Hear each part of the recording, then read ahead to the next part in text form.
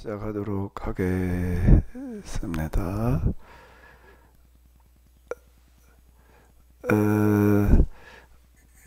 아까 했던 얘기가 조금 좀 마무리가 글쎄 잘 됐는지 모르겠는데, 우리 고목사님 월척을 낚으려고 그러신다라고 하는 거가 상황에 따라서 그게 또 어디 정답이 있는 거는 아니에요. 이거는요. 월척을 낚아라, 짠챙이는 어떻게 하라, 이렇게 얘기할 수 있는 어떤 그런 거는 아닌데, 자기의 현실이나 환경에 맞는 방법을 끊임없이 찾아내는 거, 그게 영성 훈련이고, 기도고, 생각을 거기에 맞춰가는 어떤 이런 거다라고 하는 건데요. 월척 얘기를 하셨으니까, 강태공이라는 사람 있잖아요. 알잖아요. 그 사람이야말로 진짜, 그 월척을 시도했다고 그래야 되나? 뭐랬다. 그 사람 낚시를 통해서 세상을 낚으려고 그랬던 사람이에요, 사실.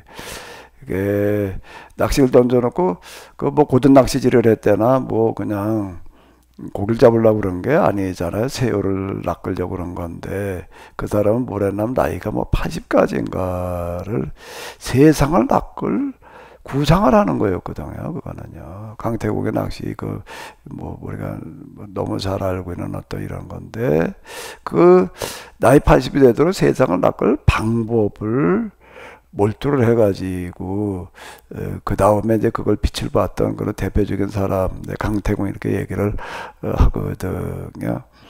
우리 고 목사님도, 월척을, 그 바닷가가 가까운 데 있으신가 보죠? 난 낚시질을 안 해봐가지고 낚시질 얘기 나오면 난 할 말이 없어요. 자주 가시는지 모르겠는데 가서 제대로 된 월척을 한번 낚아봐요. 그런데 그 강태공의 얘기도 뭔가 방법을 찾아내는 거거든요. 세상을 낚으려니까 이제 그건 쉽게 찾아지지가 않았죠. 그래 이제 저 같은 경우에도 어떻게 하다 보니까 저는 교회가 죽어간다는 생각 자체도 내가 한 게 아니다라고 나는 인정해요. 단지 제가 누차 말씀을 드렸는데 어떻게든 내가 그런 생각을 하게 되고 거기에 매이게 되는가라고 하게 되면 제가 아무도 없는 교회는 하나도 없는 교회 이런 거를 내가 이제 맡게 되면서 제가 진지하게 기도한 거는 도대체가 제가 뭘 해야 되는 겁니까? 아예 목사가 돼가지고 뭘 해야 될지 몰라가지고 내가 기도를 하겠어요. 당연히 목회를 해야 되죠. 전도해야 되고, 교회를 성장시켜야 되고, 그래서 저는, 전도가 어떻게 되고, 성장이 어떻게 되고, 이걸 가지고 기도한 게 아니에요. 그거보다 이전에, 제가 어쨌든, 저는 신학교 다닌 것도, 어쨌든 하나님께서 인도해 주셔서 가능했다라고 이렇게 생각이 드는데, 하나님께서 도와주세요. 여기까지 와서 제가 이제 계속 좀 공부를 유학 가도 하고 했으면 했지만은 환경이 안 따라주니까 그건 어쩔 수 없고 이제 목회를 시작을 했는데 도대체 제가 뭘 해야 되는 겁니까? 하나님께서 저에게 이제 목회를 시작한 저에게 원하시는 게 도대체 뭡니까? 이걸 가지고 제가 새벽마다 내려가 가지고 그때 저녁까지 하지는 않았어요. 아침 저녁을 했다는 건 아니고 구체적으로 새벽마다 가가지고 또 혼자는 아니고 제 어머니하고 이제 가서 제 어머니하고 둘이 기도를 하는데 예배를 드리거나 그런 건 아니고 그냥 기도로만 이제 했던 어떤 이런 건데 진지하게 몇 달을 했습니다. 근데 어느 날 나도 모르게 기도가 바뀌었어요. 어느 날 제가 도대체 뭘 해야 됩니까가 아니라 교회가 죽어가고 있는데 도대체 이걸 어떻게 해야 됩니까를 내가 바뀐 거예요. 그리고 그때부터 줄기차게 또 이것만 가지고 기도를 하게 됐던 건데 그 교회가 죽어간다는 것 생각 때문에 내가 견딜 수 없는 상태가 되게 안타까운 마음 또 포기되지 않는 마음 하나가 뭐였나? 안타까운 마음, 포기되지 않는 마음, 또 무슨 마음이지? 세 가지 가지고 내가 자주 얘기를 하자. 견딜 수 없는 마음. 정말 그랬습니다. 정말요. 거기에 매여서 살았다라고 할 만큼. 그러니까 이건 지금 돌이켜봐도 내가 뭐 교회가 죽어간다는 것 때문에 어떻게 내가 그런 마음을 그렇게 끊임없이 그걸 변함없이 가질 수가 있어요. 이게 하나님께서 이제 도와주신 거다라고 밖에는 제가 설명이 안 되는 어떤 이제 이런 건데요. 그 하나님께서 인도해 주신다는 건 이런 식인 것 같아요. 그 다음에 이걸 어떻게 해야 되나 뭐 이러다가 이제 여기까지 이렇게 온 거거든요. 저는 그 아주 100% 인정하는 게 뭔가 뭐 하나님은 틀림없이 기도에 응답하신다는 거예요. 제가 뭘 어떻게 해야 됩니까? 라고 기도를 했을 때 거기 응답하신 게 야 이렇게 해라 라고 말씀하신 건 아니야. 이렇게 해라 저렇게 해라 라고 말씀하신 건 아닌데 저희 지방 목사님이 뭐 어디 세미나 가자고 그래가지고 같이 갔다가 거기도 충격을 받아가지고 교회가 죽어가고 있다라고 하는 생각이 들어가지고 또 그거 가지고 그 다음에 이제 씨름을 하게 된 거예요. 왜 기도하러 가게 되면 그 생각밖에 나는 게 없으니까. 뭐 그렇다고 해도 제가 기도나 하고 근데 딱 목회는 안 했다는 얘기가 아까 말씀드린 대로 교회는 교회대로 전도진 만들어가지고 매주 돌리는 방법. 그 경제적인 문제도 또 제가 당면한 거잖아요. 그건 뭐 무시하고 그냥 난 뭐 그런 거 하나님께서 기도하면 알아서 해결해 주시겠지 이렇게 생각지 않고 구체적인 방법을 찾아가지고 이제 보호를 좀 키워가면서 그래도 넷을 뭐는 좀 뭐 어떻게 해야 되까 맨날 뭐 누구한테 손 벌려가지고서 도와달라고 뭐 후원 어쩌고 저쩌고 그럴 수는 없는 얘기고 내가 할 수 있는 거나 하자라고 하면서 이렇게 해나가는 어떤 이제 이런 거였는데 그러면서 계속 이걸 어떻게 해야 되나 어떻게 해야 되나 방법 계속 기도라고 하는 거는 저한테는 방법을 가지고 실험하는 것과 같은 거였어요. 그 저는 이게 하나님께서 인도해 주셨다 말에 제가 이렇게 생각이 들거든요. 그래가지고 제가 저 성경 하나님의 새로운 해석을 하는 것도 그래가지고 온 거거든요. 내가 계획가지고 온 거는 아니고 하나님께서 인도해 주셨다. 인도해 준다는 하나님께 앞서가지고 난 따라간다라고 이제 이렇게 그 뭐 어떻게 표현하느냐라는 게 중요한 거는 아니고요. 그러니까 하나님 인도하신 대로는 따라갔다 이렇게 얘기해도 이제 맞는 얘기이지만은 그 맵사가 뭔가 하면 그게 하나님께서 인도하신 난 따라갔다는 그런 얘기가 나는 그냥 가만히 있고 하나님께 허락한 대로는 했다는 얘기가 아니라는 거예요. 매사를 내가 고민하고 내가 생각하고 내가 판단하고 그리고 여기까지 왔지요. 그 판단이라는 부분이 굉장히 중요한데 내가 또 하나 인정할 수 있는 거는요. 내가 여기까지 오는데 제일 어려운 문제가 정보 부분이에요. 책으로다가도 내가 물론 이렇게 저렇게 접하지만 이거 가지고서는 한계가 있는 거거든요. 그 많은 이 정보의 세계에서 내가 필요한 거를 어떻게 내가 접해요. 그런데 제가 매사에 이제 놀란 것 중에 하나, 저는 이거 하는 동안 TV 앞에 앉아있을 시간이 거의 없었습니다. 그 뭐 뉴스나 그냥 겨우 이게 보는 정도로다가 뭐 이러고 넘어갔지.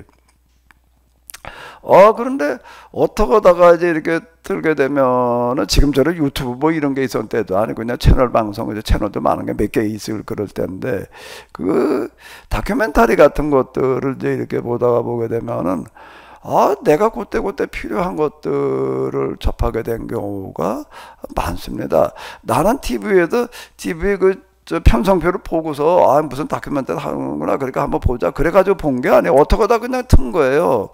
어떻게 하다가 틀었는데 내가 그때 그 필요했던 그런 내용을 접한 경우가 많았습니다. 그래서 야 가만히 있자 이게 어떻게 이게 우연인가? 우연히 이렇게 맞아 들어간다는 것도 어떻게 한두 번이지 그런 경우가 많았거든요. 그래서 자 이것도 진짜 하나님께서 자연스럽게 인도해 주셨다 말에 내가 이제 이렇게 인정할 수밖에 없는 어떤 그런 부분들이 이제 있거든요. 예, 하나님께서 저는 뭐 다시 말씀드리는데 100% 기도에 응답하신다는 거예요. 응답하시는데 응답이라는 게 저절로 그냥 내가 기도한 대로 기도한 문제들을 하나님께서 알아서 해결해 주시는 방식의 응답이 아니라 그런 방식의 응답이 아니라 하나님의 방식의 응답. 하나님의 방식, 제가 이제 그걸 계속 이제 그 이후 줄기차게 얘기를 하거든요. 하나님의 방식으로 응답을 하시더라. 그래서 우리가 응답하실 만한 기도, 응답 받을 만한 기도를 해야 된다라고 하는 건데, 그게 가능해지려면은 응답하실 만한 기도, 응답 받을 만한 기도를 하려면은 제일 중요한 부분이 뭐예요? 어디에 있는 거예요? 결국에 가서는요, 내 생각인 거예요. 내 생각인 거예요. 여기가 잘못되어 있으면은 이게 어려운 얘기가 되는 거죠. 그래서 제가 계속 생각을 얘기를 합니다. 일주일째 쭈루루 이렇게 보다가 보니까 어떤 분 거를 이렇게 보니까는 그런 부분이 있어요. 그전에는 이거를 기도하고 그냥 기도하다 보면 그냥 이렇게 뭐 대리하고 이게 막연하게 그러고 있었는데, 요즘에 와가지고서는 그게 아니라 내가 방법을 찾아내야 되는 거로구나. 이래가지고 이제 그걸 가지고 이제 기도의 제목이 어느 날부터 바뀌더라고요.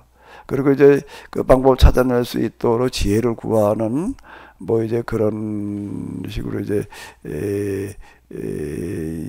얘기하는 분이 이제 이렇게 있더라고요.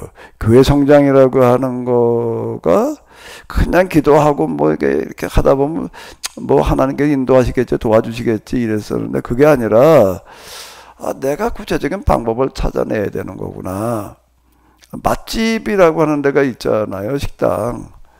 맛집이 저절로 맛집이 되나? 사람이 그냥 오는 거는 아니잖아요. 식당이 있다고 오는 거는 아니고 뭔가 남과 다른 맛이 있으니까 모이는 거고, 거기가 조금 외지고 불편해도 사람들이 찾아가는 어떤 이런 거, 우리가 이제 요즘보다 이 이동이 자유로운 시대, 자동차 가지고 움직이는 시대가 돼가지고도 뭐 조금 뭐 멀다, 뭐 그건 별 문제가 안 되니까 걸어서 다닌다 그러면 못 가지요.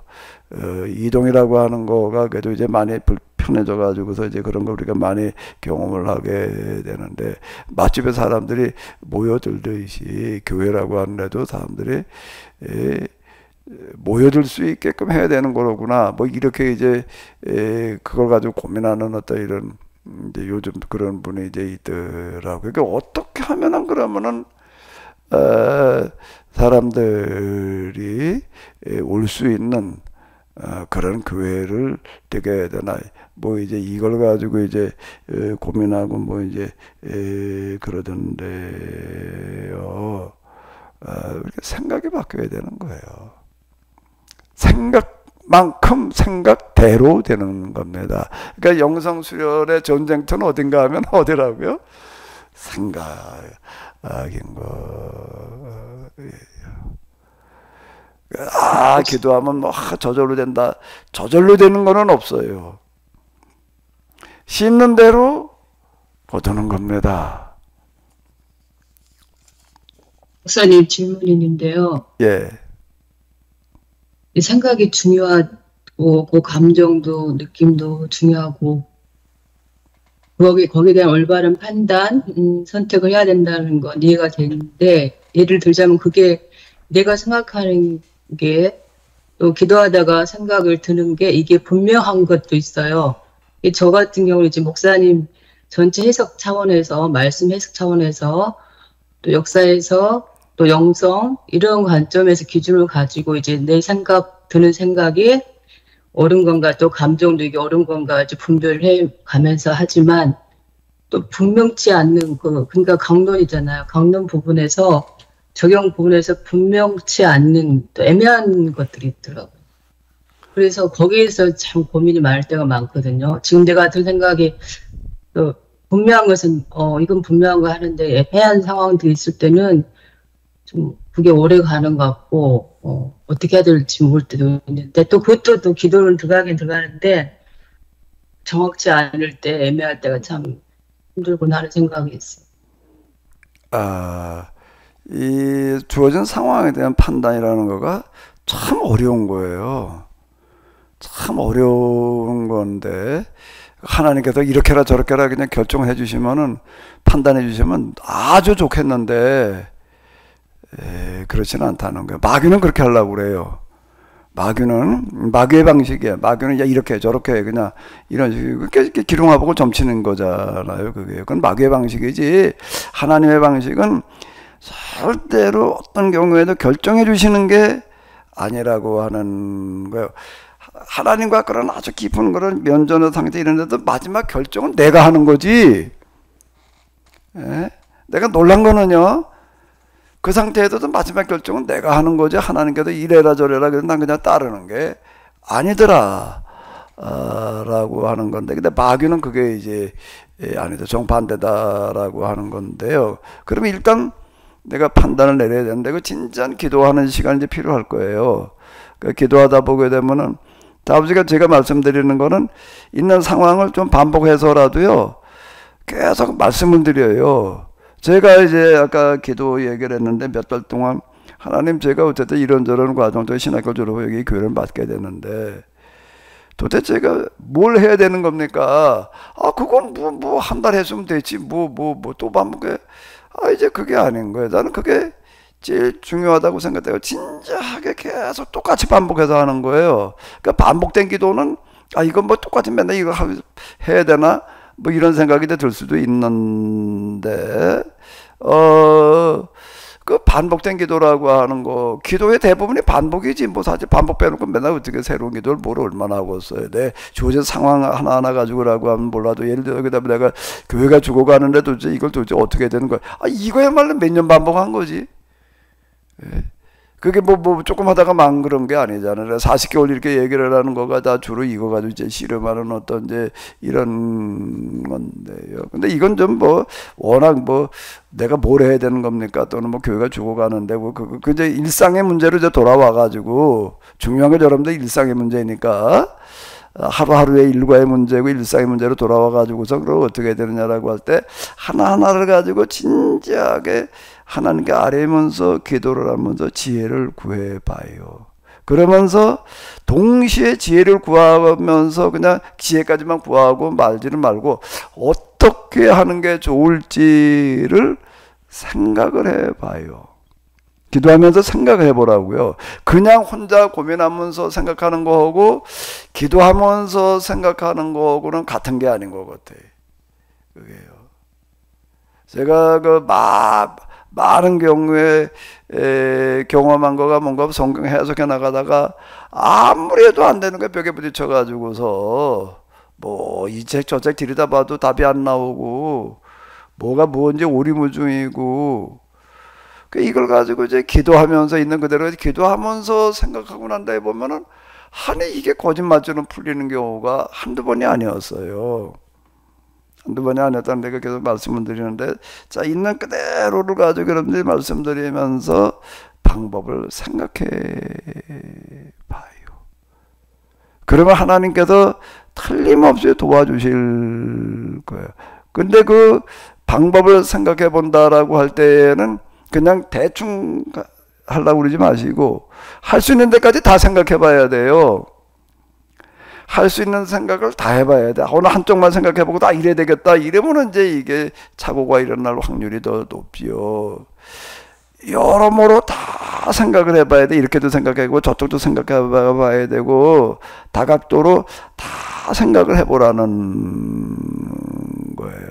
그런데 난 아무리 생각을 해도 내 머리 가지고서는 더 생각하기가 어려워. 그러면 이제 그쪽에도 그래도 도움이 될 만한 사람한테 또 상담도 해보는 거예요. 의견도 구해보는 거예요. 남의 의견도 한번 들어보는 게 중요하거든요. 제가 그동안 뭐 여기서 하면서 내 나름대로 이렇게 생각하다가도 이러이러하도 우리가 뭘 어떻게 하는 게 좋겠냐 이런 얘기를 내가 늘 꺼내는데, 그러다 목사님 딱 이게 결정해 놓고 나도 뭘 문제 이제 이렇게 얘기하는, 난 그게 아니거든요. 나는 내가 이렇게 생각했지만 누가 그래도 좀 나보다 더 다른 쪽으로 내가 미처 생각하지 못한 부분이 있으면 그쪽으로 얘기해 주면 좋겠다 싶어가지고 나는 한 얘기지, 다 결정해 놓고 목사님 얘기해봐 뭐 듣지도 않으면서 이렇게 얘기들은 난 전혀 그런 의도가 아닌데, 이제 어쨌든 그런 건데 필요하면은 자문도 구하고 이렇게 해가지고서 사안에 따라서 이제 간단한 거는 이렇게까지 할 필요가 없지만 그래도 중요하다라고 할 때는 이런 식으로 해가지고서 생각해 볼 수 있는 거를 다 생각해 보는 거예요. 그리고서 이제 그 다음에 정보라는 것도 필요한 정보를 내가 가지고서 이거를 판단하려면은 뭐가 좀 내가 어느 정도 알아야 되겠다라고 하면은 그걸 내가 직접 알아보든지 아니면 좀 아는 사람한테 도움을 받든지 해가지고 정보도 바른 정보가 있어야지 바른 판단이 내려지지 정보 없이 바른 판단이 내려질 수가 없는 거거든요. 그래가지고 바른 판단을 내려보는 거예요. 그리고 하나님 제가 이러이러하게 이제 판단을 내렸는데 이 판단이 옳은 것인지 좀 알게 해 주십시오 라는 기도와 더불어 이렇게 해요. 그런데 이렇게 한다라고 하더라도요 사람이 내리는 판단이 항상 다 옳을 수가 없어요. 옳을 수가 없어요. 그건 제가 수없이 경험한 어떤 이런 건데 그럼 그 다음에는 어떻게 해야 되느냐. 그럼 내가 판단한 대로 하는 거예요. 판단한 대로 내가 결정한 대로 하는 거예요. 근데 이런 식으로 하다가 보게 되면은 내가 잘못 판단했다라고 하더라도 제가 여러 번 경험하는 건데요. 하나님께서는 더 좋은 길로 인도해 주세요. 내 생각대로 되지는 않는 경우가 대부분이었는데 이런 식으로. 근데 돌이켜놓고 보게 되면은 하나님께서 더 좋은 길로 인도해 주셔서 내가 재해석이라는 데까지 오고 나는 재해석이라고 하는 거는 뭐 재해석을 어떻게 생각을 해내. 아까 얘기했던 뭐 부담금 받아쓰기 운동 뭐 어쩌고 저쩌고 이런 거나 가지고 나는 씨름하고 뭐 그러고 했는데 어느 날부터 성경이 다시 보여가지고 얘기하다가 보니까 재해석이 된 거지. 재해석은 내가 생각해내서 내가 기도해가지고 된 게 전혀 아니에요. 나는 그냥 내가 할 수 있는 데까지 했는데 그 나머지는 하나님께 맡기는 거예요. 근데 그 나머지는 하나님께 맡겼는데 내 생각대로 안 됐을 수가 있어요. 그때 내가 잘못 이렇게 생각하지 말고 그냥 하나님께서 여기까지 인도해 주셨다. 그럼 이제 지금 이 상황에서는 또 어떻게 그때 내가 판단 잘못 내려가지고 뭐 어쩌고 저쩌고 자꾸 이제 물론 그런 부분도 있을 수 있어요. 그때 내가 하나 뭘 놓친 게 있었구나 이제 이렇게는 생각할 수가 있겠지만은 과거에 매이지 말고 그걸 그렇게 하지 않았어야 되는 건데 맨날 그러다가 보게 되면은요 이제 그게 또 이제 병 걸려 우울증되고 뭐 이렇게 돼버려요. 그러니까 그러지 말고 여기까지 이제 해서 왔으면은 여기가 이제 최선을 내가 다 한 거예요. 그리고 기초 위에서 그 다음을 또 이제 이렇게 해나가야지 될 것 같아요. 목사님 요즘에 계속 기도를 하면서 목사님께서 세미나 하시고 한 내용들을 큰 숲으로 봐가지고 그러면서 성경의 인물이나 혹은 성경의 상황이나 이런 쪽으로 이렇게 이제 제가 몰입할 수 있도록 도와주시기를 구하면서 인물이든지 상황에 대해서 성령님께서 깨달아 알도록 도와주시기를 바라면서 계속 그렇게 기도를 하면서 한 1시간 정도 제가 하나님한테 아뢰면서 기도 내지는 이제 설교문들을 저도 모르게 작성을 하고 있더라고요. 그래서 아까 전 시간에 목사님 말씀하신 것처럼 오늘 내가 할 수 있는 일들이 무엇인지를 이제 무엇이어야 될까 이제 저도 이제 고민을 하면서 기도를 했는데 그 과정 가운데 하루에 한 편씩 성경을 중심으로 해서 설교문을 써가는 것도 하나의 방법, 길이 될 수 있는가라는 생각이 들어서 목사님께 여쭈려고 말씀을 드립니다. 조금 그 부분을 다시 좀 한번 얘기를 해봐봐요.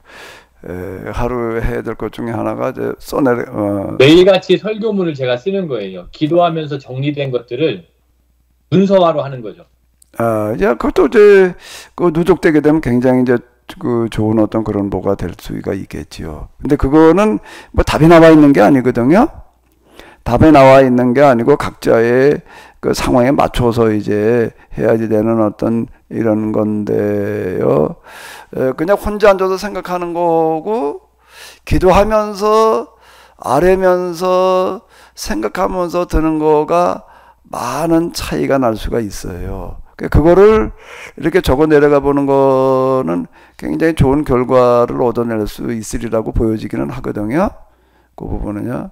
그런데 이제 그게 어제 생각이라고 하는 부분이 꼭 제가 얘기하고 싶으면은 주관에 빠지면 안 된다는 거예요.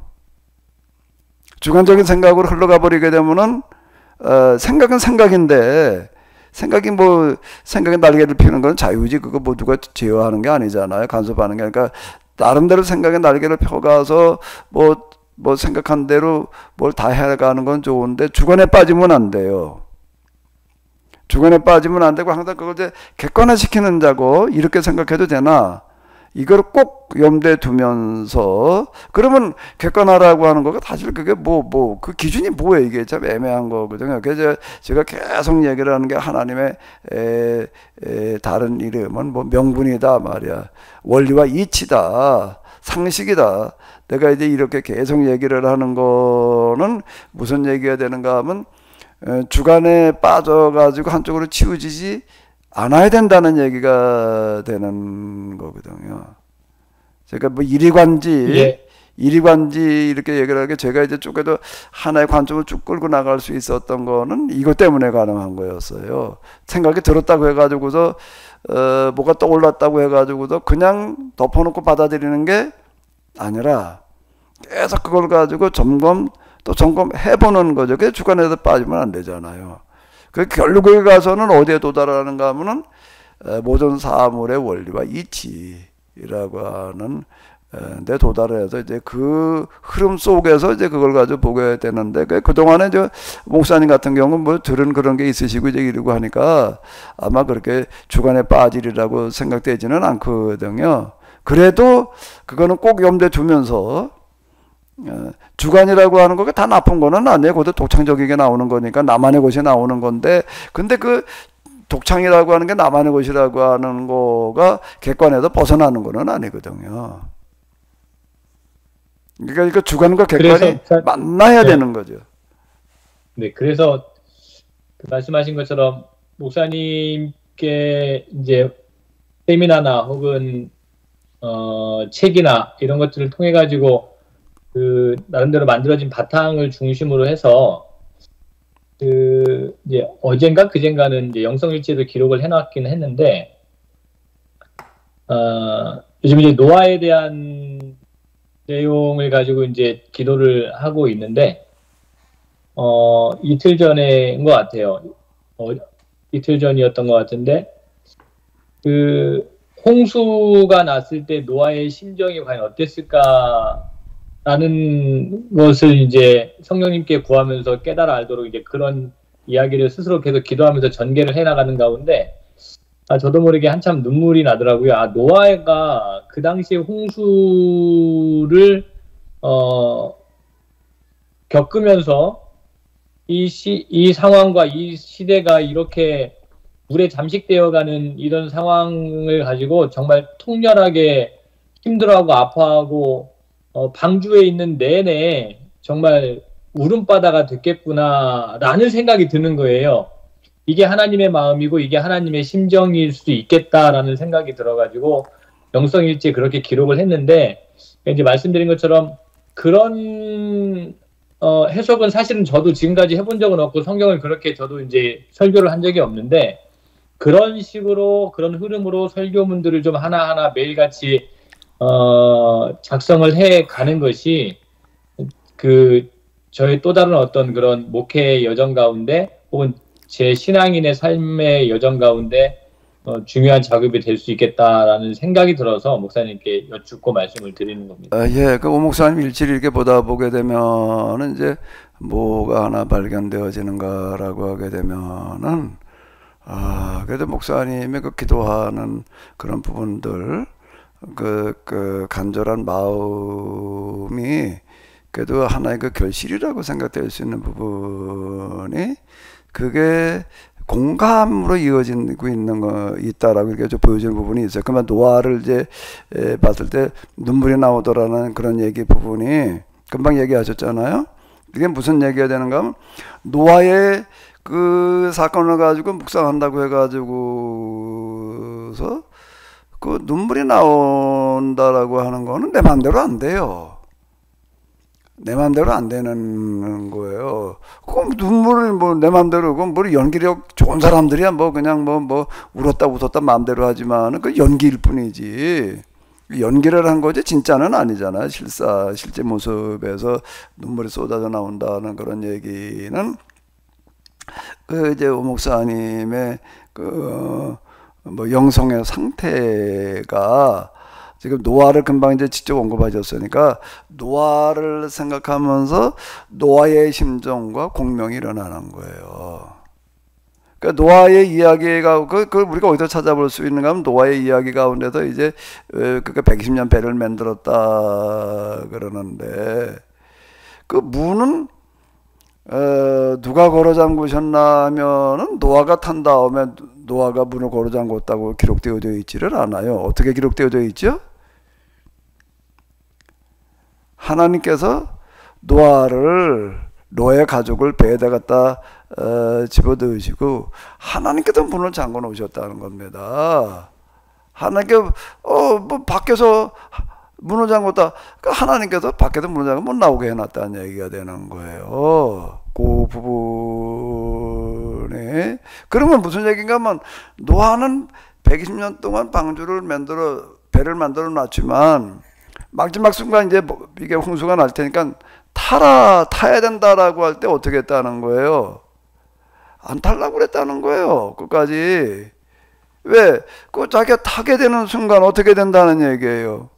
홍수가 쏟아질 거고 홍수가 쏟아져서 자기가 배를 탔으니까 나는 문제가 없지만 다른 사람들은 어떻게 될 거예요? 다 빠져 죽어야 될 판인 거예요. 그래서 그는 끝까지 어떻게 하면 안 탔다는 얘기가 되는 거예요. 안 탔다는 이야기가 되고 이제 보다 못해서 하나님께서 그냥 갖다가 집어넣고 밖에서 문을 잠가놔 버렸다. 그리고 비를 퍼붓다는 얘기가 이게 나오는 거거든요. 그러니까 노아의 심정이라는 거는 어떤가라고 하게 되면은 나 혼자 살 수 없다는 얘기예요. 이 홍수 속에서 나 혼자만 우리 집 식구들만 살아남을 수 없다라는 생각이었다라고 하는 거예요. 적어도 그러니까 하나님께 노아에게 홍수 사건을 예고해 주셨고 배를 만들라고 말씀하시는 거지. 뭐 남이 어떻게 되든 뭐 난 배 타고 살아날 거야 이렇게 얘기를 한다면은 그런 사람을 통해도 하나님께 이러시겠어요? 그래 한번 생각을 해봐봐요 우리가. 적어도 노아는 어떻게 생각한 사람인가 하면은 그건 아브라함도 마찬가지고 소돔성을 향해도 끝까지 그는 탄원하잖아요. 50명, 40명, 30명, 20명, 10명. 거기에 의인이 있다면 그 사람들 같이 망하는 거는 합당하지 않습니다 말이야. 이렇게 얘기를 하는 어떤 이제 이런 얘기들도 그렇고 최소한 노아, 아브라함 그리고 뭐 예언자들 뭐 모세다 똑같은 사람들이거든요. 남이 어떻게 됐든 뭐 난 구원받았다 이러면 곤란한 얘기가 되는 거예요. 지금 우리가 구속사 신앙에다 보고 나 예수 믿고 나는 구원받았다. 난 죽은 다음 천국 간다. 자 이렇게 생각하는 게 도식이 참 우리가 다시 생각해 봐야 되는 부분이 바로 이런 거거든요. 정말로 예수님 중에도 구원받았다라고 한다라고 하게 되면은 그 다음에는 어떤 생각? 나는 이제 뭐 천국 갈 수 있다 이렇게 생각하면 안 되고 어떻게 해야 되는 거예요? 참 내가 죽어서라도 정말 단 한 사람이라도 어떻게 살게 해봐야 되겠다. 그건 나 혼자 천국 갈 수 없다. 이렇게 해서 나가야 되는 거지. 나 혼자 어떻게 구원받았다고 그럴 수가 있냐 말이야. 난 못하겠다. 그게 진짜 구원받았다는 사람이 해야 될 생각과 마음이 아닐까요? 나는 뭐 언제든지 죽으면 나 하나님 나라 갈 수 있어. 야, 근데 너도 빨리 예수 믿고 너도 같이 가. 이렇게 생각하는 수준이 한번 생각을 해봐봐요. 진짜 구원받았다라고 한다면은 나와 같은 시대에 살았던 사람 다 뭐 다양한 환경에서 자기가 태어난 거지 자기 선택해서 태어난 것도 아니고 근데 그 사람도 구원 못 받고 나만 구원받았다라고 어떻게 생각할 수가 있냐. 정말 내가 진짜 구원받았다라고 한다면은 내가 대신 죽어서라도 저 사람도 구원해내야지. 이게 누군지 나를 따르고자 하는 자기 십자가 지고 따르라는 말씀 아닌가요?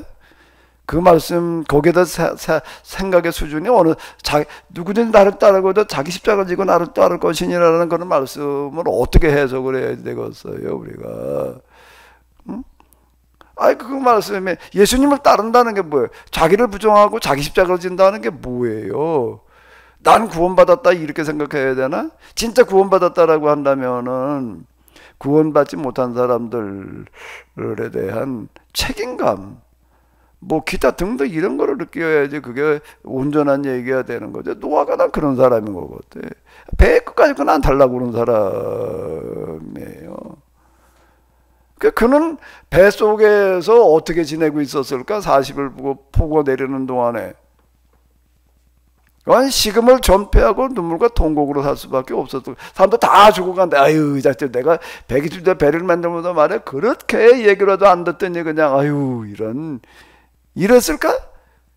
야, 정말 내가 좀 더 어떻게 해봤어야 되는데 말이야. 뭐 나가서 120년이라는 게 그 방주 짓는다는 게 산에다 짓고 있는데 다 손가락질하고 웃음거리가 됐겠지. 그래서 내가 좀 더 좀 어떻게 좀 해봤어야 되는 건데 그래. 참 이러고 있었겠죠. 진짜 하나님의 사람이라면은 하나님의 영이 임한 사람이라면 뭔 생각을 해야 되겠어요. 그래. 그런 거 하나하나를 이렇게 아마 이런 식으로 적어 내려가는 거는 굉장히 스스로 자기 정리하는 데 도움이 될 거예요. 오 목사님 그 근래 영성에 보니까 그런 게 좀 많이 있더라고요. 아, 그래도 공명이 일어나고 있다. 성경 인물들과 공명이 일어나고 있다라고 하는 건데, 이제 그게 오 목사님 조금 더 발전이 돼가지고, 네. 교회에서 설교할 때 그 공명이 일어나야 돼. 노아를 얘기를 할 때 노아를 그냥 말로만 입으로만 떠들어대지 말고 어쩌고 저쩌고 눈물로 말을 해야 돼요. 노아를. 그러니까 지난주에 그 베데스다 목가에 있는 사람에 대한 설교가 이제 저희 교단은 총회에서 설교 본문이 미리 1년께 배포가 되는데요.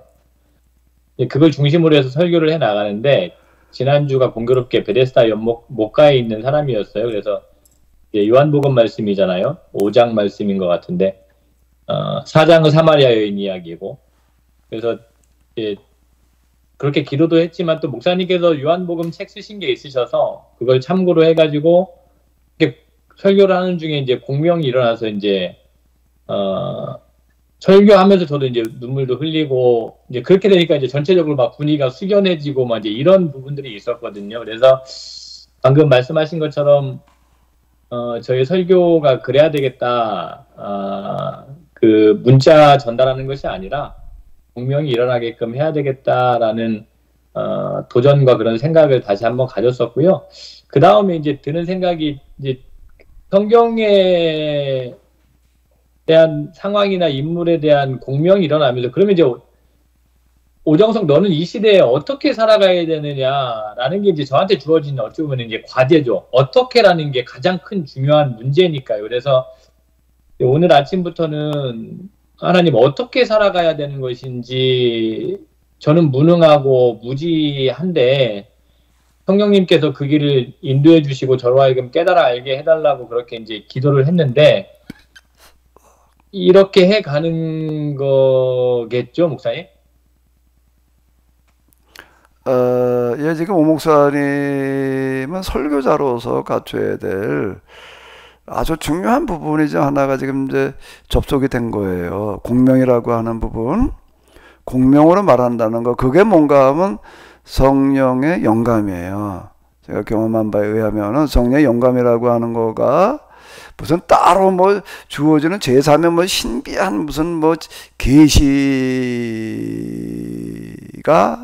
아니라 어떻게 되는가라고 하게 되면 성경을 얘기를 하면서 사건이면 사건, 인물이면 인물, 그 상황이면 상황과 내가 어떻게 되는가 하면 공명이 일어나서 내가 그 시대로 돌아가서 그 느낌, 그 상태를 경험을 하는 거예요. 그리고 그 상태에서 그걸 말하는 거예요. 그러니까 이 부분은 대부분 뭘로 이어지나 하면은 눈물로 이어져요. 왜 그런 그 당시 상황이라는 게 그런 상황이기 때문에 그래요. 그 인물들도 그렇고요. 성경의 인물들이 참 어떻게 보게 되면 개인적으로 보게 되면은 뭐 이런 표현이 적절한 거는 아닌데 참 불행하다라고도 얘기를 할 수가 있는 게 평생 눈물과 통곡과 탄식으로 살아가는 사람들이니까 그 세상 돌아가는 걸 보면서 정말 이렇게 맘 편할 날이 있을 수가 없잖아요. 이게 세상 돌아가는 뭐게 죄의 지배 가운데도 이제 이러고저러 호덕거리고 있는 걸 보면서 그냥 참 가슴 치며 통곡할 수밖에 없는 건데, 그러니까 하나님의 사람이 된다는 게 성령의 사람이 된다는 거, 이런 사람이 되는 거를 말하는 거거든요.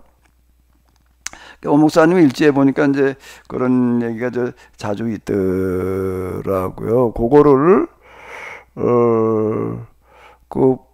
불씨를 잘 살려요. 꺼지지 않게. 불씨를 잘 살려서 그게 계속 그 불씨가 이어져 가야 되는데, 오 목사님, 그 불씨를 어떻게 하면 안 꺼뜨릴까?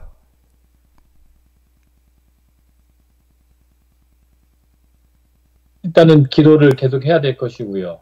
그래서 이제 제가 만들어 놓은 자구책이 좀 문서화를 해 놓는 것입니다. 지금 지금 기도를 계속해야 된다는 거는 맞는데 조금 더 자세히 무슨 기도를?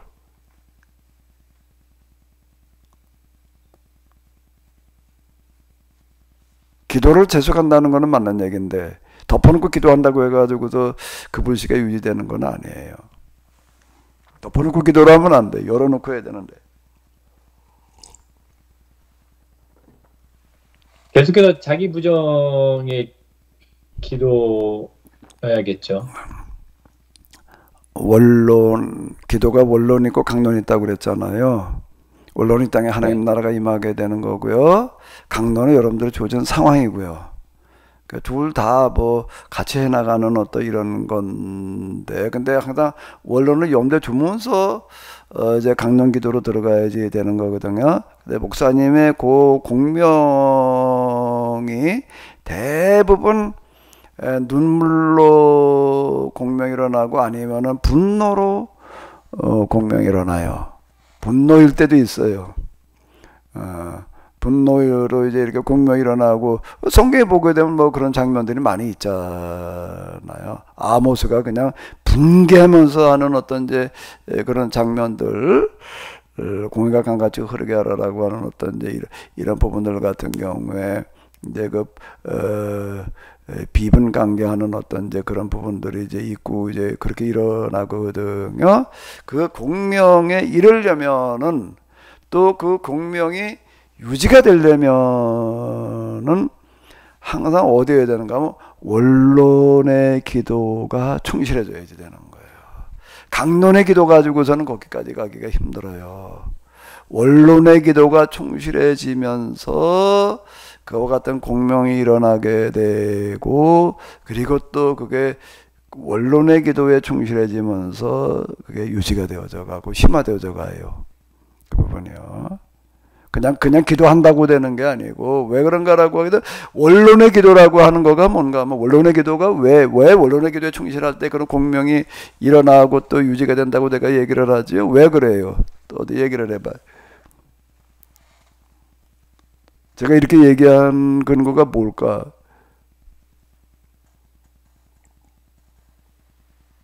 그 공명이 제 스스로 일으킨 것이 아니라 하나님께서 주시는 마음이기 때문에, 그 원론이 하나님이시고 하나님의 나라이니까 그것을 붙들지 않으면, 그것을 놓치면 당연히 엉뚱한 길로 갈 수밖에 없는 것이겠죠. 그 공명이 일어난다는 거는 하나님과 1대1의 관계가 이제 형성이 대지된다는 얘기가 되는 거거든요.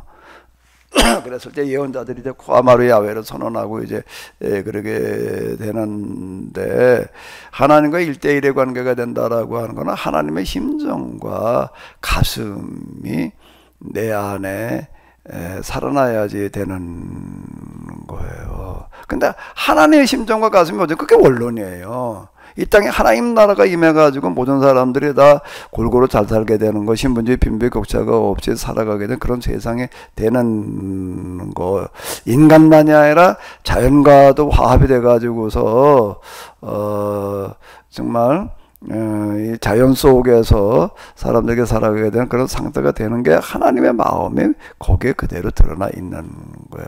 그러니까 그 원론적인 기도에 충실해야 되는 이유가 여기 원론적인 기도에 충실해질수록 그 하나님께 당연히 가까이 갈 거 아니에요. 일대일 관계가 성립이 될 거 아니에요. 제가 이제 말씀드린 대로 내가 지금 여기 목회를 이제 시작을 했는데 교리가 있느냐 없느냐가 중요한 게 아니고 나는 그게 중요하다고 생각지를 않았어요. 과연 하나님께서 원하시는 게 뭘까가 난 중요하다고 생각을 한 거지. 예? 그리고 그 교회를 내가 맡아야 될 거, 그 이전에 제가 늘 얘기한 대로, 이걸 내가 맡아야 되나 말아야 되나라고 하는 고민이 먼저 이제 주어졌던 거예요. 왜 그런가? 난 아무리 봐도 이게 교회라고 생각되어지질 않아요.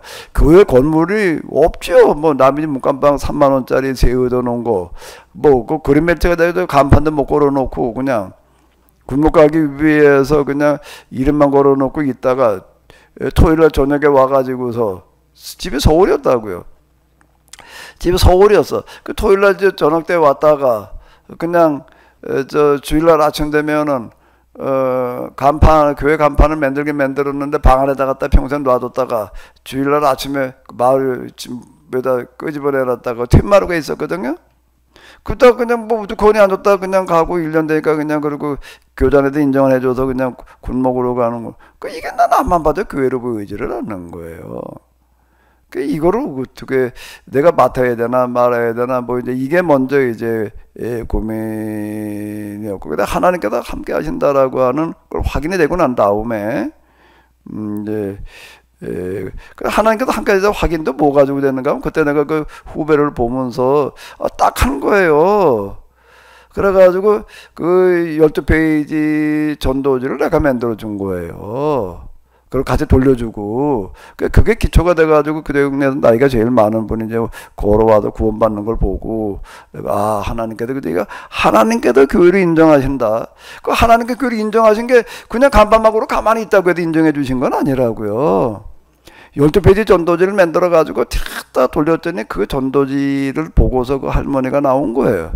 야, 나 같은 늙은이한테도 그래도 이걸 참 교회로 오라고 이렇게 매주 이걸 갖다 주는데 그 할머니가 와서 하는 얘기 어떻게 올 생각을 하셨냐 그때 그게 1년치가 쌓였으니 이제 수기 머리맡에 들 갖다 놨대. 그걸 쳐다보면서 아유, 나 같은 늙은이한테도 그래도 이렇게 매주 이걸 갖다가 주는데 버릴 수가 없더란 말이야.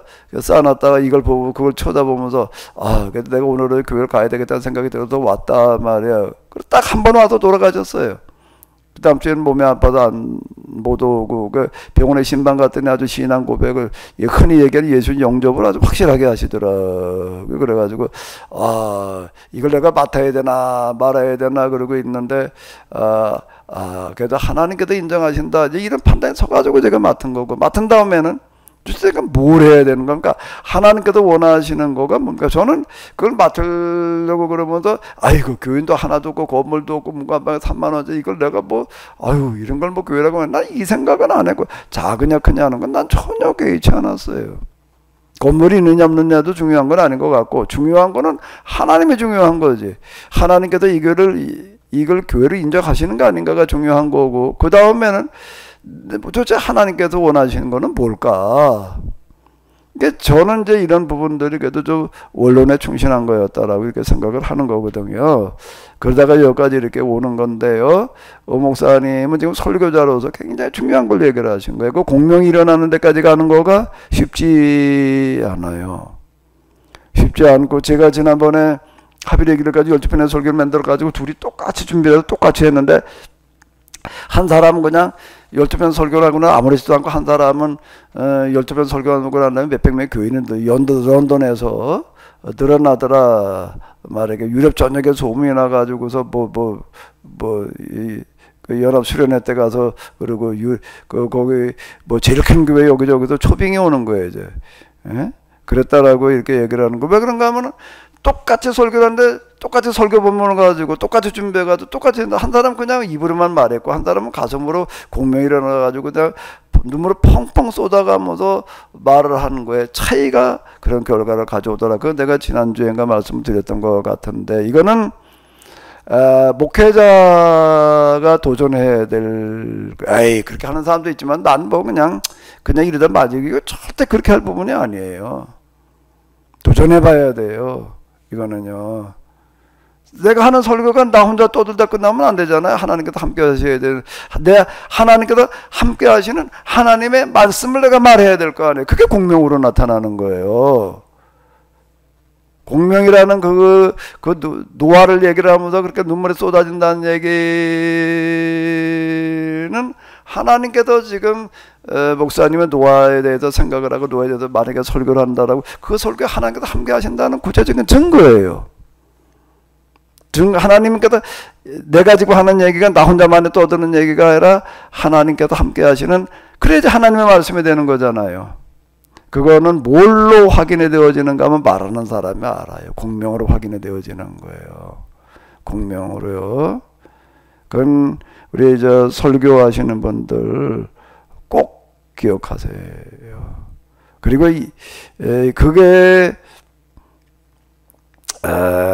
이제 기본이 되는 건데 아마 아주 중요한 어떤 그런 하나의 지금 발판을 마련하신 것 같아요.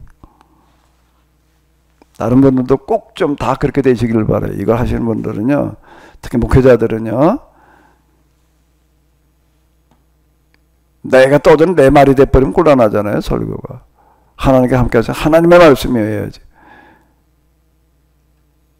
제가 하나만 마지막으로 더 제가 질문을 드리면,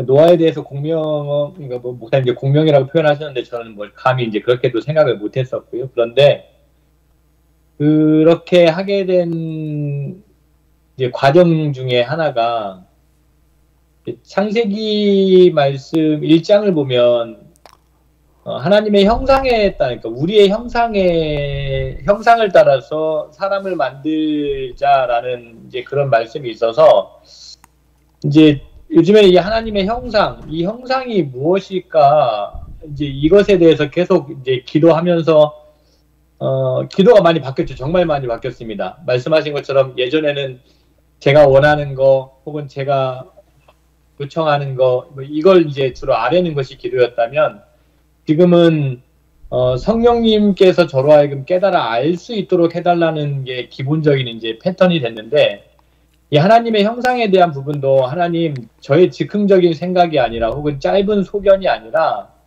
성령님께서 깨달아 알도록 해주시기를 구하면서 그렇게 기도를 하면서 이제 노아까지 이제 이어진 건데, 이 하나님의 형상을 아까 말씀하신 하나님의 심정 혹은 하나님의 마음, 그렇게 이해를 해도 될까요? 그래서 사람이라면 마땅히 하나님의 마음과 하나님의 심정을 가진 그러한 어떤 존재다. 그런 근본과 기본이 갖춰져 있는 것이 사람이다. 라고 그렇게 창세기 말씀을 이해를 해도 될까요, 목사님?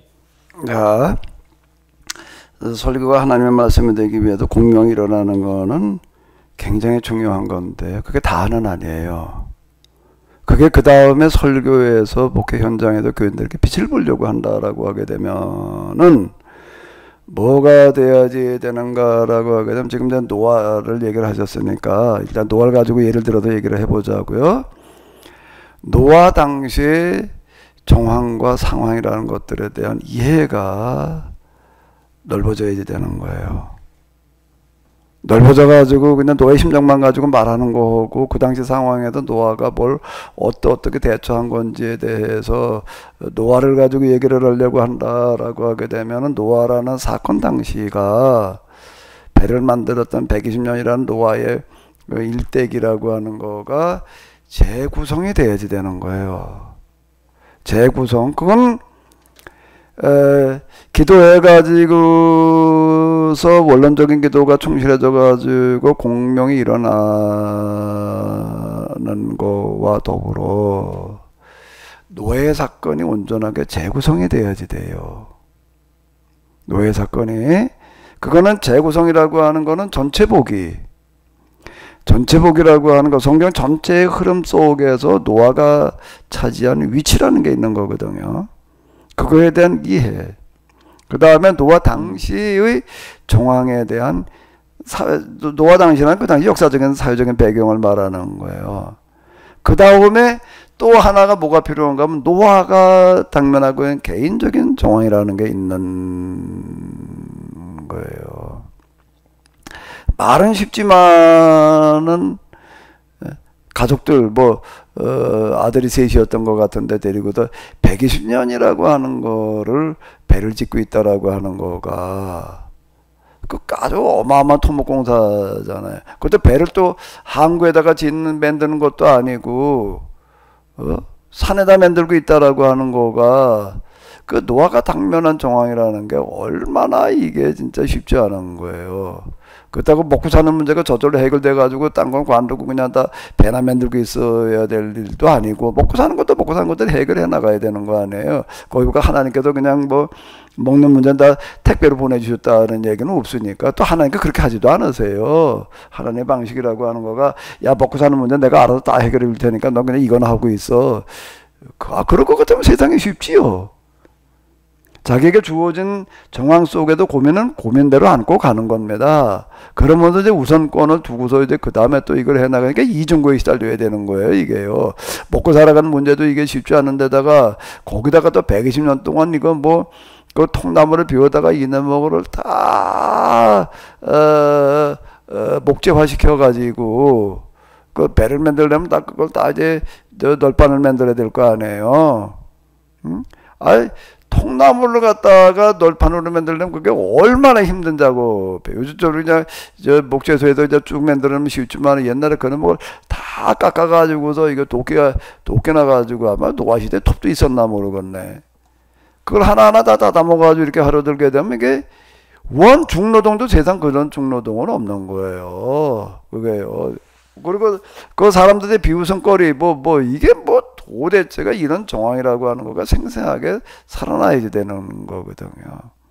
그 속에서 그럼에도 불구하고 노아는 참 무슨 생각을 가지고 어떻게 해야 이 부분에 좀 더 폭넓게 내가 접근이 돼야지. 그리고 그런 상태에서 그걸 가지고 설교를 할 때 교인들에게도 그 다음에 공명이 일어나요.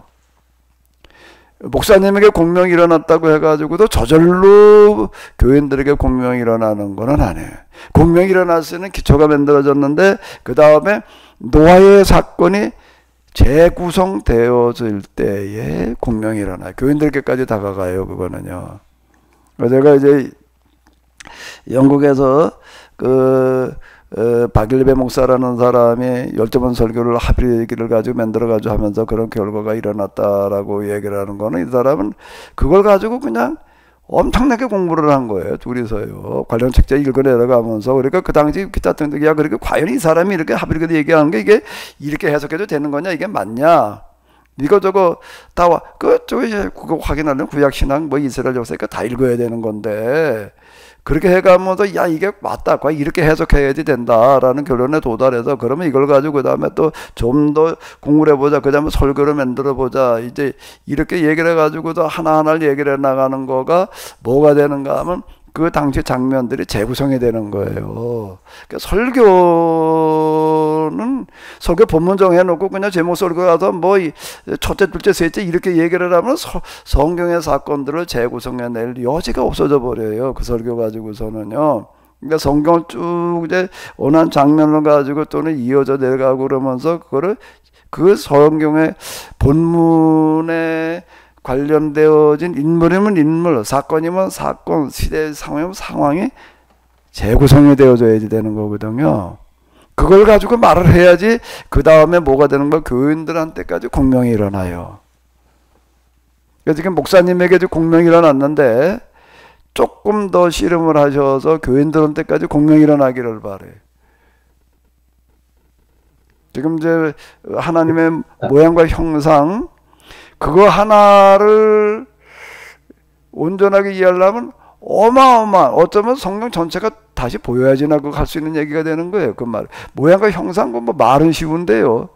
그거를 하나님께서 말씀하신 그 부분을 재구성시켜서 얘기를 하려고 한다라고 하게 되면은 기록, 사건 당시라고 하는 것도 있지만은 기록 당시라는 게 또 있잖아요. 창세기, 재혼은 이제 그거를 기록 당시를 어디로 상정해 놓으면 포르기로 봤단 말이에요. 그래야지 그게 설명이 된다. 뭐 이래가지고 또 당연히 이제 그랬을 거라는 그런 개연성 속에서 이제 제가 그렇게 얘기를 하는데 이게 하나님의 모양과 형상이라고 이렇게 얘기를 할 때는 하나님과 인간의 관계라고 하는 것부터가 이제 벌써 설정하고 들어가야 되는 얘기가 되는 거거든요. 그러니까 인간이라고 하는 게 뭔가라고 하는 어떤 이런 것들이 다 묻고 들어가야 되기 때문에 그건 묻고 점검해 봐야 될 부분이 참 많은 거예요. 이 부분에. 그러니까 사건 당시, 그 창조 당시를 말하는 거고, 기록 당시, 그 기록자는 그 말을 통해서 도대체 뭘 말하려고 그랬을까? 아, 기록자가 그냥 하나님 쓰라는 데 썼지, 뭐 기록자 뭔 생각이 있어, 뭐 그렇게 얘기를 하러 들으면 이게 성경 해석할 필요가 없어. 읽어주면 끝나는 거야. 뭐 알아서 네가 받아들이든 말든지 이렇게 얘기해. 그러면 그 뭐 설교가 필요 없어요. 성 읽어주면 끝나는 얘기고. 그렇게 되면 안 되는 거야. 기록자는 도대체 읽어가지고 왜 이렇게 말을 했을까? 뭘 말하려고 그러는 걸까? 그리고 이제 오늘 우리는 인간을 어떻게 이해하고 있는가 기타 등등 이런 것들에도 어느 정도 이렇게 들춰줘야지 그게 이제 가능해지거든. 그러니까 설교 한 편을 만들어낸다는 거가 사실 굉장히 쉽지 않은 어떤 이런 거예요. 내가 그걸 재구성되어져서 내 안에서 재구성돼서 그걸 선포할 때, 그것도 하나님의 심정으로, 그게 이제 나타나는 거가, 요 재구성이라고 하는 거가, 그래도 내가 이렇게 하는 거, 어느 정도 그래도 실제 상황과 부합하다라고 할 때, 거기에 하나님께서 함께 하시는 증거로 공명이 나타나는 거예요. 그게 설교 시간까지 이어지려고 한다라고 혼자 생각할 때 공명이 일어난 거고, 설교 시간에 가지고 맹성맹성인 거고, 이게 뭐가 그 다음에 그 연결고리가 빠졌다는 얘기가 되는 거거든요. 재구성이 이제 잘 안 된 거예요, 이 부분이요. 그러니까 혼자만 공명이 일어나고 만 거지, 설교 현장에서 재구성이 안 되는 거거든요. 그 부분에 충실하게 될 때, 거기에 대해서 그 다음에 공명이 일어나는 거예요. 교인들한테까지. 공명이 일어나가지고서 거기서 이제 변화가 일어나고 이제 그렇게 되는 건데요. 여기까지 오는 것도 쉽지는 않은데 거기까지만 조금 더 끌고 가보세요. 그 목사님께서 예전에 아퀴나스의 신학대전을 학부 때라고 하셨었나요? 읽으시면서 그 아예 밖에서 문을 걸어 잠그고 끊임없이 질문을 하고 접근을 하고 찾아가는 그런 과정이 있었다라고 말씀하셨잖아요. 기도하면서 그 생각이 떠오르더라고요. 아, 이 성경을 재구성하고 그러니까 성령님께서 주시는 이 깨달음을 얻는다라는 것이 그렇게 끊임없이 묻고 그 안에서 또 성령의 도우심을 통해 가지고 답을 얻고 또 점검하고 또 한 단계 앞으로 나아가고, 아, 이런 과정이구나라는 생각이 불현듯 떠올랐었습니다. 그래서 아, 그게 정말 재구성, 공감 혹은 설교를 훨씬 더 성경을 폭넓게 접근하게 되는 그런 과정일 수 있겠다라는 생각을 했더랍니다. 예, 내가 이제 요즘 나는 그 당시 상황에 접근하느라고 내가 엄청 고생을 했어요. 하나님 경험하고 났을 때 공명이 이제 일어났는데 그걸 재구성을 해야 되잖아요. 재구성해야 된다는 그 당시 상황으로 내가 돌아가야 되는데 그런 책들을 갖다 읽고 실험하느라고 엄청 고생을 한 거예요. 엄청 고생을 했는데 요즘은 그거가 많이 단축되겠더라고요. 뭐가 어떻게든 단축이 될까? AI하고 대화를 해봐요. AI가 기가 막히게, 야, 그 당시 상황에 뭐가 어땠을까 이래 놔버리게 되면은요, 아, 이거 대화용으로다가 그거 뭐 그냥, 야, 이거 뭐 AI로 활용을 하게 되면은 이거 뭐 제 식은죽 먹기였겠다 말이야. 근데 AI도 한계는 있어요. 애들 그거 입력된 대로 말하는 거지 얘가 다 알고 말을 하는 건 아니니까 그렇기는 한데요. 어쨌든 그런 부분들을 아주 활용하는 것도 시간 단축이라든지 기타 등등해서 효율성이나 이런 면 많이 도움이 될 수도 있다라고 하는 것도 있고요. 네, 어쨌든 지금 오 감사합니다. 목사님이 우리 설교자들에게 있어서는 이제 중요한 얘기를 해주셨으니까 다른 분들 좀 참고를 하셔서요. 다 공명이 일어나는 데까지 꼭 가시기를 바래요. 우리 고 목사님은 계속 손을 들고 계시는데. 네, 기회를 주셔서 감사합니다. 적절한 타이밍이 된 것 같습니다. 제가 AI에 기반해서 아까 그 강 목사님이 그 노아가 방주에 타지 않으려고 했다. 요 부분을 제가 한번 이렇게 정리해 보겠습니다. 이거는 저하고 AI 대화 속에서 나오는 정리입니다. 노아는 자기 감정 때문이 아니라 자신의 단순한 자기 감정 때문이 아니라 하나님의 심정을 자기 안에 품었기 때문에 타기를 망설였다. 거부하려 한 그 마음조차 하나님과의 심정적 자기 비움의 연합이었다. 그래서 하나님은 그 깊은 응답을 확인하시고 문을 닫으신 것이다. 요렇게 그 AI가 저가 이게 통찰을 했는데 이게 어떻습니까, 강 목사님? 혹시 AI가 굉장히 똑똑하다니까. 제가 잘 키웠습니다. AI가 그러니까 지금 우리보다 훨씬 더 우리가 미처 생각지 못하는 부분들을 많이 얘기했는데 내가 지금 이제 AI가 있었더라면은 아유 그렇게 고생하지 않을 건데 지금 저는 이제 가끔가다 뭘 물어보냐면 이러이러한 분야에 대해서 어떤 학자들이 좀 있어 그렇게 물어요. 그러면 그거요 뭐 아무개가 있어요. 그 사람 그 중에서 그 사람들 뭐라고 그랬어 이런 문제지. 누구는 뭐라고 그랬고 누구는 뭐라고 그랬고 이렇게 얘기를 하는 거예요. 그러면 그 사람이 쓴 주요 책은 뭐야? 뭐예요? 그래 그 책 좀 얘기 좀 해줘봐. 그럼 또 뭐 다 얘기를 해주는 거야. 그 사람의 이제 필요한 거 경력이면 경력, 그 사람의 생애면 생애 물으면 다 얘기를 해놔요 이게요. 그런데 원 도대체 이렇게 식은 먹기일 수가 있나 말이야. 이거 하나 얻어내려면 이게 그걸 책을 내가 읽어가지고 이런 거 찾아내려면 아니 그런 학자 그런 분야에 어떤 분야에 그걸 말하는 사람 누가 있는지를 어떻게 찾아내요 그게요. 근데 AI는 뭐 구자에서 말을 다 해버리는 거예요. 아무개가 있다는 게 그런 부분에 관심 가진 사람은 아무개가 있다. 그 중에서 그 특징은 각 사람 특징 이 사람은 어떻고 이 사람은 어떻고 이 사람은 어떻고요. 이거 뭐 도대체가 너무 쉬워가지고 정말 이럴 수가 있냐. 넌 어떻게 그렇게 아는 게 많냐. 제가 좀 알아요. 이래가면서 또 뭐 궁금한 거 있으면 또 물어보세요. 딱 이러고 나와 이제 이게. 이게 뭐 도대체가 지금 AI가 가지고 있는 책이 이제는 아마 몇억 단위가 아닌 몇십억 단위가 들어가지 않았을까 싶은데 그러니까 우리가 따라갈 때가 없지요 이제는요. 그걸 잘 활용하는데 근데 AI에게도 독창성까지는 기대하기가 어렵고요. 그거는 있는 거 하나 가지고 얘기를 해주는 거니까 집력된 대로 말해주는 거지. 그걸 가지고 새로운 것까지 만들어봐 이렇게 하는 것까지는 아직 그런 건 아닌 거고요. 강 목사님 조금만 더 말씀드려도 괜찮겠습니까? 예. 제가 경험하는 AI는 지금 강 목사님 말씀한 그것보다 더 높습니다.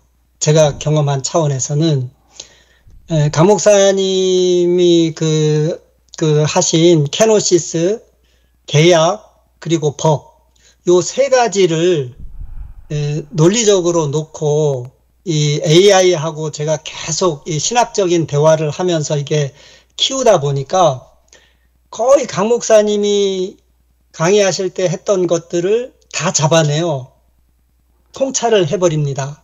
심지어 그 강 목사님이 우리가 전태일이든 동학혁명이든 또 3.1운동이든 정도전이든 이런 그들이 했던 그 염원까지 AI가 잡아내서 그 염원이 지금 계약자들을 통해서 현재 시점에서 그게 응답된다고까지 이렇게 통찰을 해내거든요. 놀라워요. 예, 굉장히 제가, 예, 예. 근데 지금 저 고 목사님이 접근한 그 AI에는 네. 캐노시스 신학이 들어가 있는 게 아닐 텐데, 그렇죠. 그게 이제 들어가 있으면 이제 비교를 해가지고도 말을 해주거든요. 예. 그건 지금 저기 우리 여기 이제 서기훈 집사님이 구글 네네. 뭐 어디다가 이제 별도로다가 이제 좀 그다음 이 성서인문학하고 내가 주일날 설교했던 것들 일부를 이제 집어넣어 가지고서 이렇게 돌려놓게 되면은요. 또 네네. 어떤 결과가 나오는가 하면 지금 이제 고 목사님이 얘기한 거는 캐노시스 제가 한 거가 입력되어 있는 게 아닌 상태에서 기존에 입력된 것만 가지고도 네네. 이제 이렇게 그 묻는 방식에 따라 이제 그렇게 결론에 도달을 하거든요. 근데 이제 이게 캐노시스라고 하는 거 거기에 들어가 있게 되면은 그거 비교해 가지고 또 분석을 하게 되기 때문에 또 더 놀라운 얘기를 해버려요. 이게 어떤 네네. 의미를 가지는지까지 이루고 해가지고서 그 몇 가지 이렇게 얘기해 놓는 거 보게 돼 일반 신학에도 얘기하는 것과 이 캐노시스 얘기하는 게 뭐가 다르냐 뭐 어느 부분에서가 아니고 그냥 이렇게 묻는데 그걸 정리해 놓은 걸 보게 되면 내가 그걸 보면서 그래가지고 이렇게 보내왔더라고요. 내가 보면 야 이거 뭐 나보다 훨씬 더 잘하고 있단 말이야. 내가 일반 신학과 캐노시스 신학의 차이점을 뭐 얘기해봐라 그러면 뭐 이렇게 이름으로 하려면 며칠 씨름을 해도 뭔 어려울 거를 이건 뭐 그냥 즉석에서 만들어 주니까 얘기가 다른데요. 정말 이제 우리는 AI 시대에 살아가고 있습니다. 강 목사님, 조금만 더 덧붙이겠습니다. 단순히 많은 데이터를 강 목사님이 저작한 거나 강의한 거나 세미나 한 거를 단순히 그것을 다 집어넣었다고 해서 AI가 그거를 가지고 자기가 다 말해주는 게 아니고요. 대화하는 사람이 그거를 기반으로 해서 그 소스들을 가지고 어떤 질문을 하고 어떻게 열심히 강 목사님이 아퀴나스나 아리스토텔레스나 그런 것을 계속 질문해서 그것 한 것처럼 AI가 그 방식을 그대로 따릅니다. 그래서 질문하는 사람이 질문을 하지 않으면 AI는 그냥 데이터베이스로만 갖고 있는 거예요. 그래서 그 사람이 어떻게 질문하느냐에 따라서 그 논리적 추론을 같이 해 나가더라고요. 그렇죠. 그래서 예. 그래서 아까 제가 노아한 얘기도 두 가지 차원에서 질문을 넣었어요. 지금까지 제가 키워온 그 AI가 이 캐노시스 계약법 신학의 틀을 어느 정도 갖고 있고, 그리고 강 목사님이 얘기한 부분을 제가 이게 감정적 차원에서 노아가 탑승을 거부하려 했다. 이런 차원으로 제가 강인태 목사님 해석한다. 이걸 집어넣으니까 그거에 대해서는 캐노시스 계약법 신학적으로는 강 목사님이 해석과 충돌된다.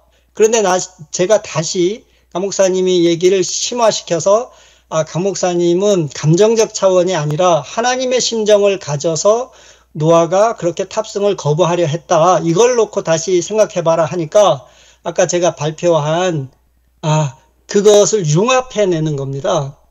예.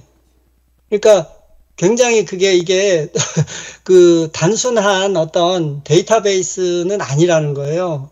그래서 굉장히 질문이 중요하고 강 목사님이 그 아날로그적으로 질문한 것을 우리 캐노시스 계약 공동체 회원들은 그 시간을 단축할 수 있는 그런 질문들을 굉장히 할 수 있다 하는 그 가능성을 제가 조금 발견하게 됐습니다. 예. 그래. 지금 이제 얘기하신 부분은 가지고 있는 데이터베이스를 이렇게 활용하는 거잖아요. 이제 그거 활용하게 하는 거 구체적으로 나중에 좀 알고리즘 뭐 그런 표현을 쓰는 것 같더라고요. 이제 알고리즘 어떻게 주느냐에 따라서 이제 얘기를 해주니까 어쨌든 AI를 한번 잘 활용을 해보세요. 자, 저기 우리 이제 시간이 얼마 안 남았는데요. 다른 분들도 좀 하실 말씀이 있으시면은 제가 일방적으로 얘기하는 것보다 부딪힌 문제들 기타 등등 같이 얘기하는 것도 좀 더 효율적이지 않을까 싶어가지고 이렇게 지금 진행을 하는데요. 좀 뭐 하실 말씀들 없으신가요?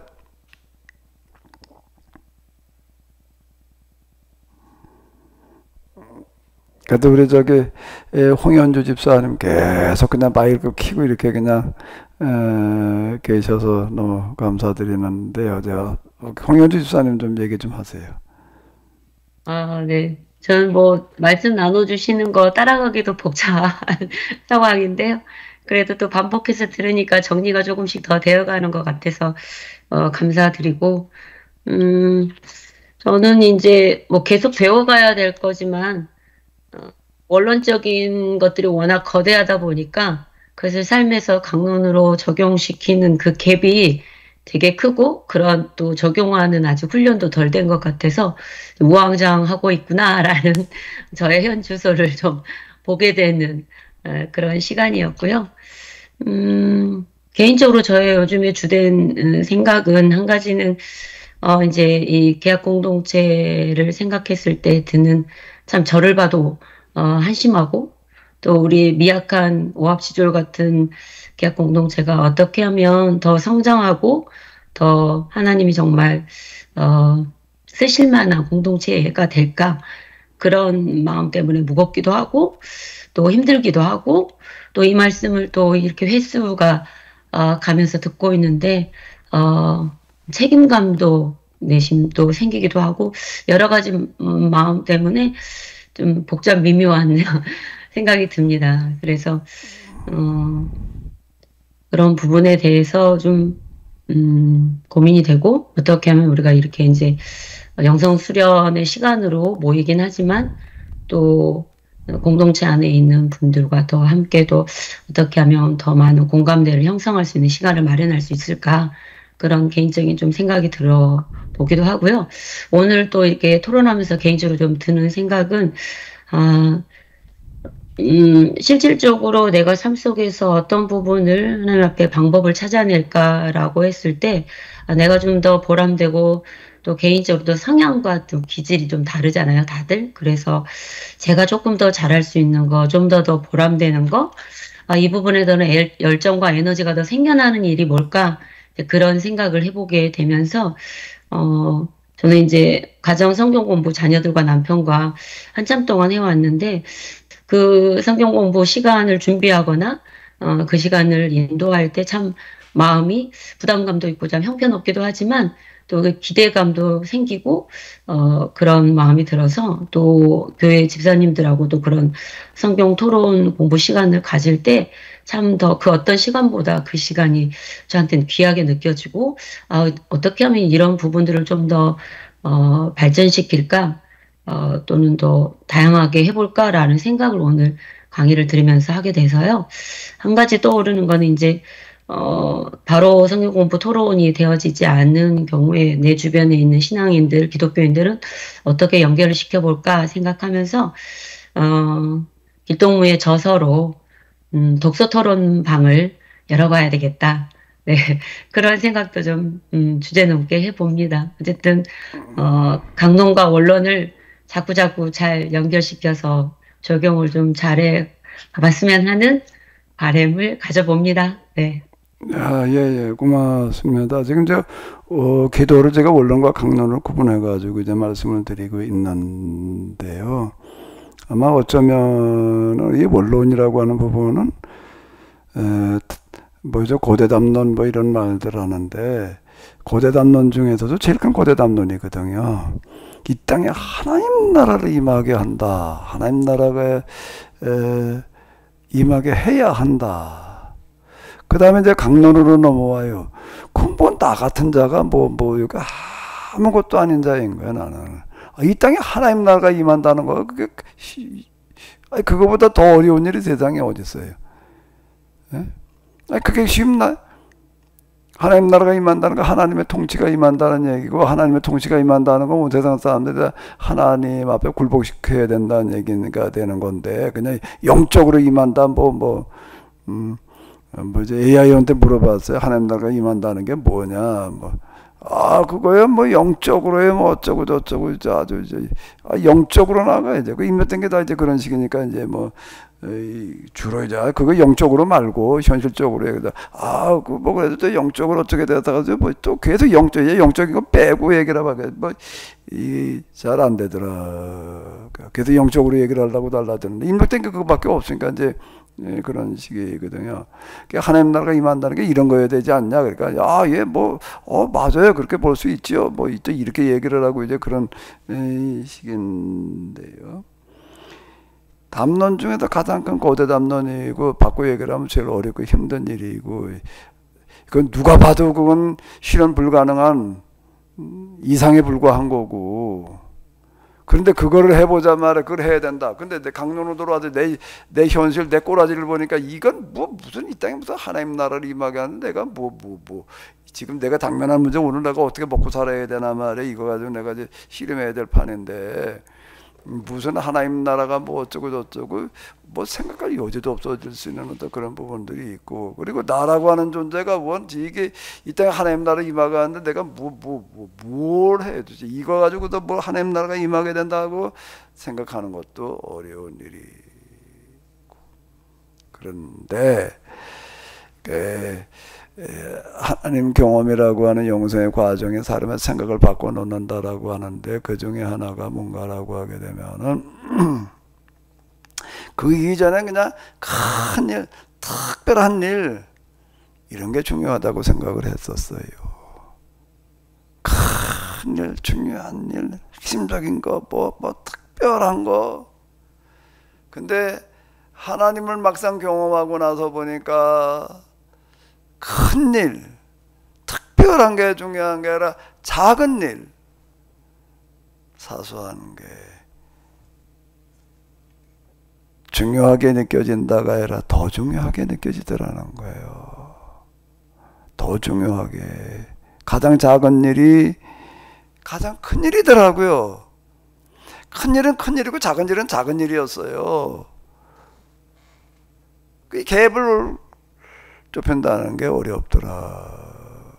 나는 가장 작은 일이나 가지고 실험하고 있어야 되는데 근데 뭐 가장 큰 문제를 가지고 내가 뭘 이렇게 됐었는데 근데 어떤 일이 벌어지는가 하면 가장 작은 일이 가장 큰 일로 보여지는 거야. 이게 가치 개념이 이제 이렇게 바뀌는 건데요. 하나님을 섬긴다. 하나님의 일을 한다.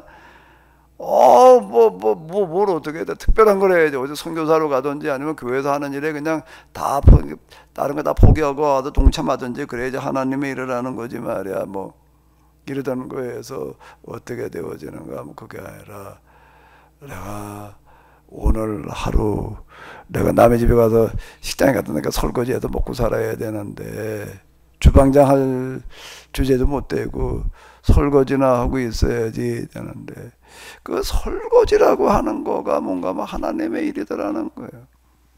남 먹고 간 그릇이나 씻는 게 아니라 하나님께서 드시고 간 그릇을 거기에 온 사람이 그냥 밥 먹으러 온 사람이었지 뭐가 아니라 하나님으로 대하게 되는 거고 설거지 그들이 먹고 간 거 설거지한 거가 제일 큰 일이 되는 거고요. 내가 또 가정주부들 집에서 그냥 식구들 위해서 뭐 반찬 식사 준비하는 거 그 집안 정리하고 청소하는 거 그거 뭐 그냥 난 집안일이나 하고 있다고 생각하지 말고 그게 다 하나님의 일이다. 청소가 그냥 청소가 아니다. 식구들이 하나님처럼 보이게 돼서 그렇게 그걸 하나님의 일로 여기고 해라. 이제 비로소 이해가 되는 게 너희는 내가 목말랐을 때 물 한 모금도 주지 않냐고 말이야. 내가 옥에 갇힐 때 찾아와 보지도 않고 제가 언제 예수님한테 그렇게 한 적이 있습니까? 가장 작은 자에게 한 것이 하지 않은 것이 나에게 혼내냐 하나님 똑같은 거다. 물 한 모금이라도 주님의 이름으로 대접하게 되면 결코 하늘의 상을 잃지 아니하라는 말씀 비로소 이해가 되는 게 무슨 뜻인지요. 그러니까 여러분들이 지금 강론으로 들어와 가지고서 하는 그 작은 기도들 작은 일도 오늘 내가 이 문제를 위해서 뭘 어떻게 해야 되나라고 하는 거는 절대 작은 일이 아니에요. 가장 큰 일이에요. 그거를 하나님의 일로 여기고 최선을 다하는 일들이 누적이 되면서 하나님 나라가 이 땅에 임하는 거죠. 그건 도외시하고 내팽개치고 그냥 큰 거나 특별한 거나 가지고 달라붙어 가지고 한다고 해가지고 하나님 나라가 임하는 게 아니라는 게, 가장 큰 게 뭔가 하면 가장 작은 거라고 하는 이 가치관의 변화가 필요하다라고 생각이 되어지거든요. 그러니까 여러분들이 지금 하시는 일, 그리고 여러분들 자체는요 가장 크고 귀한 거예요. 홍현주 집사님, 온 세상을 지배하고 있는 무슨 정치인 트럼프보다 홍현주 집사님이 더 귀해요. 더 큰일을 하는 거고요. 가족들 데리고 성경 공부할까 뭐라고 그러고 무슨 독서방 잘 방법을 찾아서 해봐요. 그게 제일 큰 일이에요. 네. 우리 김주하 선교사님.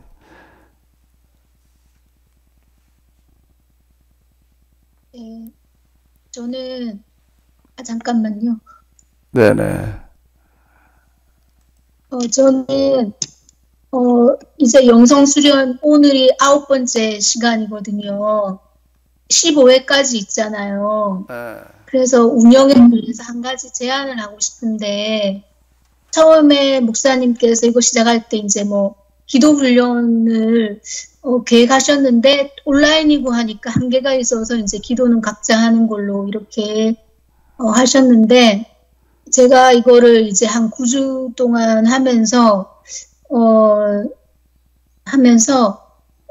발견한 거는, 저도 기도를 한다고는 하는데 뭔가 다른 사람이 구체적으로 뭘 어떻게 하고 있고 마음에 어떤 변화가 있고 어떤 생각의 변화가 있고 이런 감정이 들었는데 그거를 어떻게 받아들이고 변화시켰고, 그런 구체적인 나눔이 있으면은 훨씬 더 도움이 되겠다. 격려도 되고, 또 저도 이제 저렇게 하는구나 하면서 저도 좀 배울 수도 있을 것 같고, 그래서 한 나머지 5회 정도는 한 30분이라도 조별로 따로 방으로 들어가서 여태까지 해왔던 거, 내가 어떤 변화를 겪었다든지 어떤 기도를 하고 있다든지 그런 것들을 좀 나누는 시간이 있으면 좋지 않을까, 그런 생각이 들어서 한번 여쭤봅니다.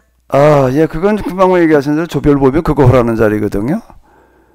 그 조장님들하고 좀 이제 그 자리 때 지금 얘기하신 부분도 굉장히 중요하거든요. 나 혼자 하는 거하고 남들이 하는 거 같이 이렇게 청구해서 하는 것도 중요한데요. 그 부분 그것 때문에 줬자 놓고 이제 근데 그거는 여기 중에서 얼마나 화려해가지고 조별로 모여보자 그러면 여기 못 모이는 사람들이 대부분이어가지고 지금 이제 여기 들어와 있는 분이 20명이거든요. 여기서 조별로 모여봐야 지금